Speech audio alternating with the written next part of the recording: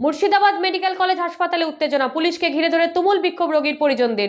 Ticket দেওয়া হলেও কেন চিকিৎসা করা হচ্ছে না, এই অভিযোগ তুলে দফায় দফায় বিক্ষোভ দেখাতে শুরু করে পরিবারের লোকজন। পুলিশ গেলে পুলিশকে ঘিরেও শুরু হয় বিক্ষোভ।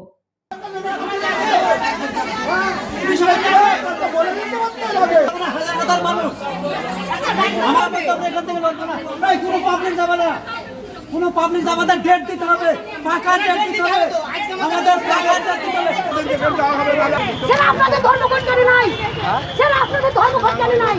রোগী সহ রোগীর আত্মীয়দের অভিযোগ, যদি চিকিৎসা করা না হয় তাহলে সকালবেলা টিকিট বিতরণ করে তাদেরকে হয়রানি করার কি প্রয়োজন ছিল।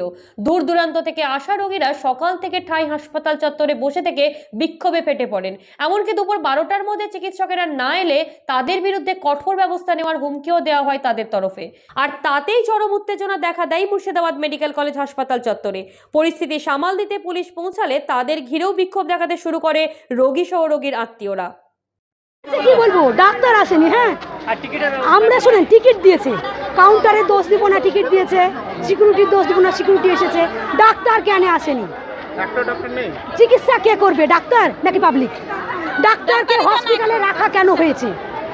সরকারে ডাক্তার রেখেছে নাকি নিজের ইনকাম করে ডাক্তার সরকারি হসপিটালে থাকে? সরকারে মাসের মাস বেতন ভোগ করে, কেন হসপিটালে ডাক্তার আসেনি? সরকারের কাছে এই কৈফিয়ত কেন নাই? কেন হসপিটালে ডাক্তার আসলো না? এতগুলা রুগী, শত শত রুগী, কেন চিকিৎসার অভাবে তারা বাড়ি যাবে? কতজন চিকিৎসার অভাবে হয়তো মারাও যাবে, কেন যাবে? কি কারণে ডাক্তার আসবে না? হয় ডাক্তারকে আসতে হবে, আর না হয় ডাক্তারকে বরখাস্ত করতে হবে। হয় ডাক্তার আসতে হবে, নাহলে ডাক্তারকে বরখাস্ত করতে হবে। কারণ আমরা জানবো যে ডাক্তার নাই, আমরা চিকিৎসার অভাবে মারা যাচ্ছি। আর যদি ডাক্তার থাকে তাহলে ডাক্তারকে হাজির হতে হবে 12টার মধ্যে। 12টা পর্যন্ত আমরা অপেক্ষা করব। 12টার পর মধ্যে যদি না অপেক্ষা আসে তাহলে আমরা তার জন্য আইনে অবমি করব। 12টার মধ্যে যদি ডাক্তার আসে তো ডাক্তারের বিরুদ্ধে আমাদের কোনো অভিযোগ নাই। আর 12টা যদি পার হয়ে যায় তারপরে ডাক্তারের জন্য আমরা কেস করব। দেখাতে আসিনি, আমরা কোটিপতি কেউ না এখানে। আমরা রোজ খেটে রোজ খাওয়া মানুষ, আমাদের ইনকাম করতে মাথার ঘাম পায়ে ফেলে ইনকাম করতে হয়।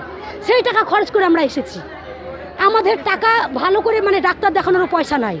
হসপিটাল ডাক্তার সরকার বানিয়েছে আমাদের চিকিৎসার জন্য, সেই হসপিটালে ডাক্তার কেন আসবে না?